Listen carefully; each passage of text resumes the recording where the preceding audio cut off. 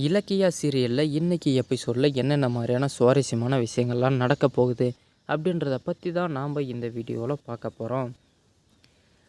இலக்கியா பார்த்திங்க அப்படின்னா என்ன தான் உண்மையாகவும் நேர்மையாகவும் வீட்டுக்காக உழைச்சிட்டு இருந்தாலுமே அவளுக்கு வர்ற பிரச்சனையெல்லாம் பார்க்கும்போது ஒரு குடும்ப தலைவிக்கான பிரச்சனையே கிடையாதுன்னு தாங்க சொல்லணும்.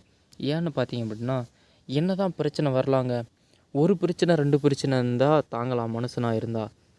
இலக்கியாவுக்கு வர்றது முழுசுமே பிரச்சனையாக இருக்குது.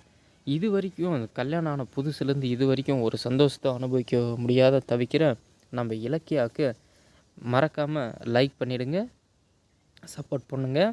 மறக்காமல் இப்போ தான் நீங்கள் ஃபஸ்ட்டு நம்ம சேனலுக்கு வரீங்கன்னா சப்ஸ்கிரைப் பண்ணிவிட்டு பாருங்கள்.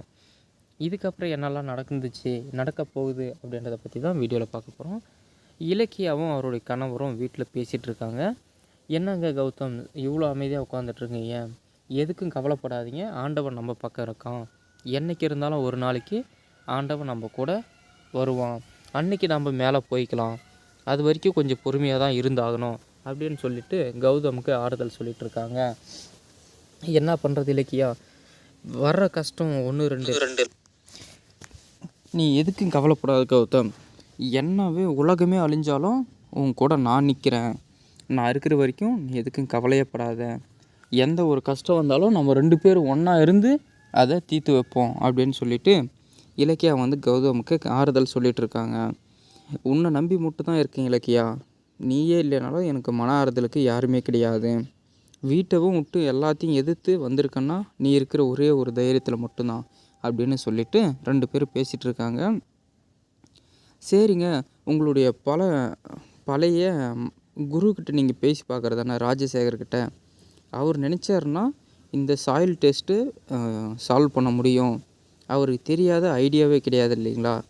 அவர்கிட்ட நீங்கள் ஒரு தடவை பேசி பார்த்தீங்கன்னா இந்த அதிகாரிக்கிட்ட பேசுகிறதோ இல்லை இந்த எஸ்எஸ்கேவை வாயடிக்க வைக்கிறதுக்கும் நம்ம அடக்கணுன்னாக்க இதுக்கு ஒரே ஒரு வழி நம்ம ராஜசேகர்கிட்ட பேசுகிறது தாங்க அப்படின்னு சொல்லிட்டு இலக்கியா சொல்கிறா.